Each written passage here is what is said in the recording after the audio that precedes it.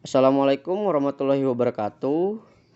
Saya selaku pembicara pertama dari tim presentasi kami kali ini akan memaparkan materi yang sudah diberikan kepada tim presentasi kami dengan judul Organisasi Humas oleh dosen sekaligus pengampu mata kuliah kali ini, yaitu Ibu Siti Mayasari Pakaya, Esos MIKOM. Saya akan memperkenalkan terlebih dahulu anggota yang ada di tim presentasi kami, yaitu Amar Talib atau saya sendiri. Yang kedua ada Nabila Siti Rahma Anantasunge. Yang ketiga Mirawati Lahai. Dan yang keempat yaitu Siti Anissa Mahmud.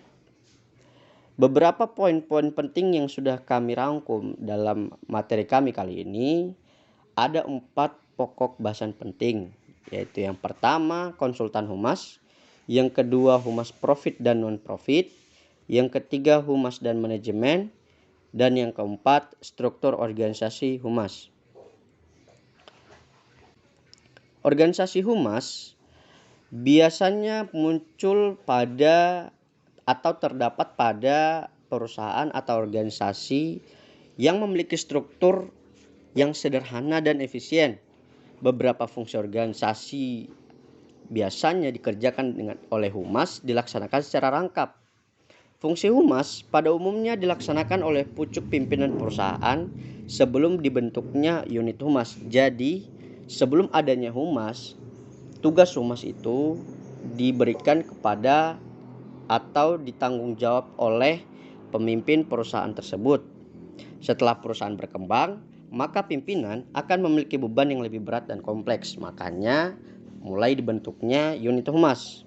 Makanya kadang kita mendapati bahwa unit humas pada perusahaan atau organisasi adalah salah satu unit khusus dan penting dan posisinya sangat vital dalam organisasi atau perusahaan tersebut.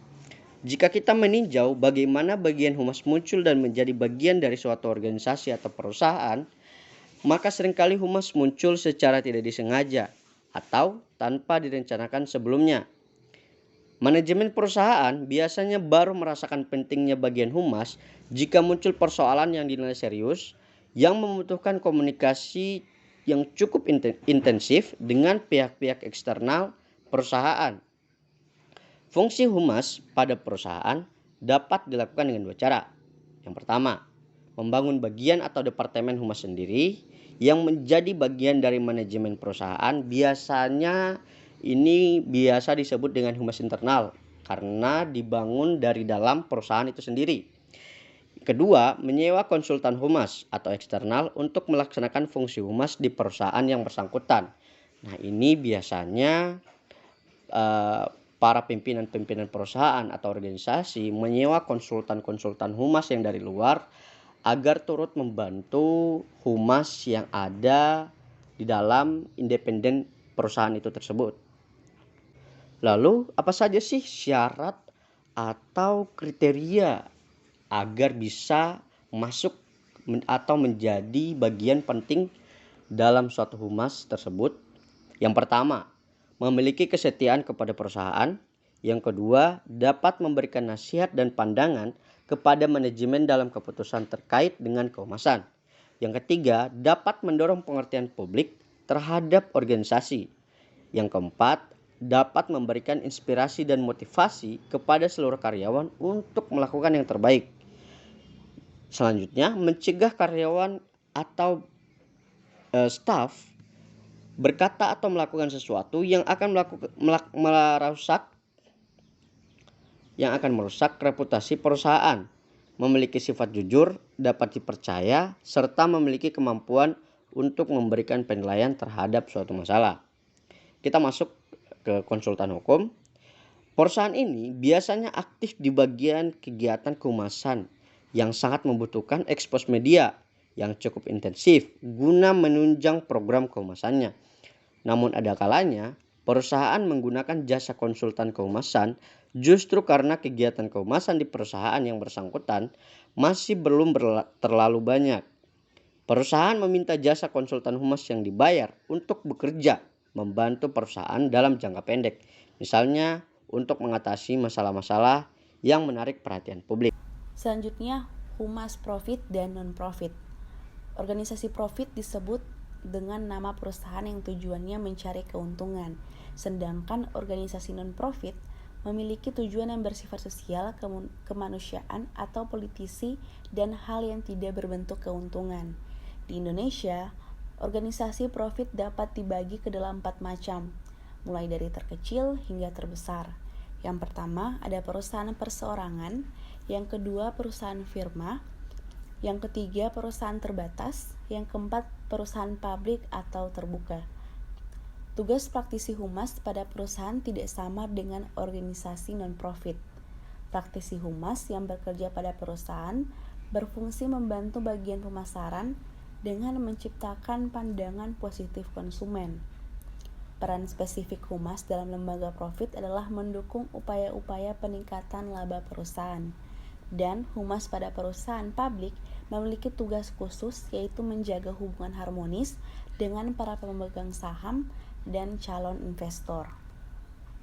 Selanjutnya, organisasi non-profit didirikan untuk mencapai tujuan yang bersifat non-bisnis atau tidak mencari keuntungan, dibagi menjadi 2 macam, yaitu yang pertama organisasi non-profit pemerintah yang kegiatan operasionalnya dibiayai oleh pemerintah atau negara. Yang kedua, organisasi non-profit bukan pemerintah adalah organisasi yang kegiatan tidak bergantung pada bantuan pemerintah seperti partai politik. Praktisi humas pada organisasi pemerintah berfungsi untuk membantu menjelaskan kegiatan yang dilakukan organisasi pada masyarakat dan kepada pimpinan perusahaan. Organisasi non-profit bukan pemerintah menggantungkan operasi kegiatan dari sumbangan, donatur, dan juga bergantung pada pengumpulan dana.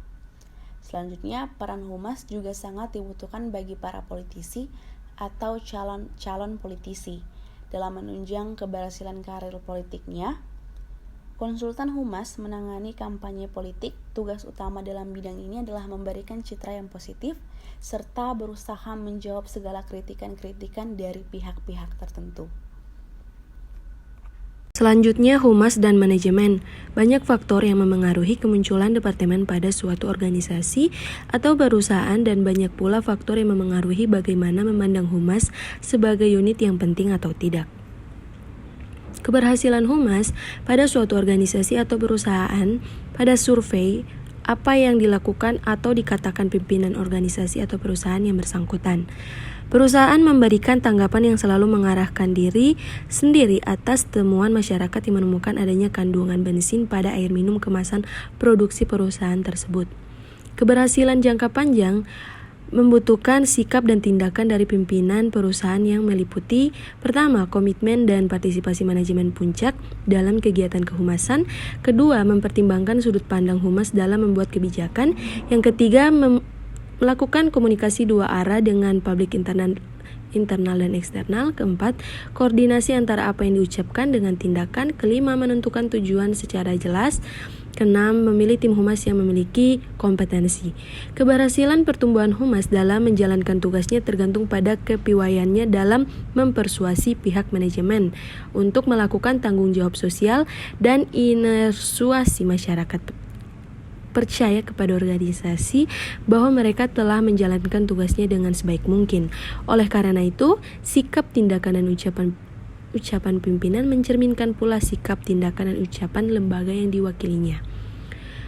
Struktur organisasi humas. Pada umumnya, lembaga atau organisasi pemerintah masih menggunakan istilah humas, sementara perusahaan swasta lebih senang menggunakan istilah public relation. Perusahaan besar tidak selalu berarti memiliki humas yang besar pula. Namun demikian, ada pula organisasi atau perusahaan yang memiliki bagian humas dengan misi kehumasan yang sangat kuat, menggalang dukungan publik, menetralkan pihak-pihak yang hadir dalam perusahaan, bahkan membangun hubungan baru dengan negara lain. Kondisi berbeda dengan perusahaan terbuka yang sudah go public, yang harus lebih transparan sehingga membutuhkan fungsi humas yang lebih aktif. Hal ini berbeda dengan perusahaan industri yang bersifat teknis, misalnya perusahaan yang membuat produk teknologi baru atau perusahaan yang bergerak di bidang asuransi, reksadana, investasi, dan lain sebagainya, yang akan lebih mementingkan kegiatan-kegiatan humas demi mendidik pasar daripada beriklan semata-mata.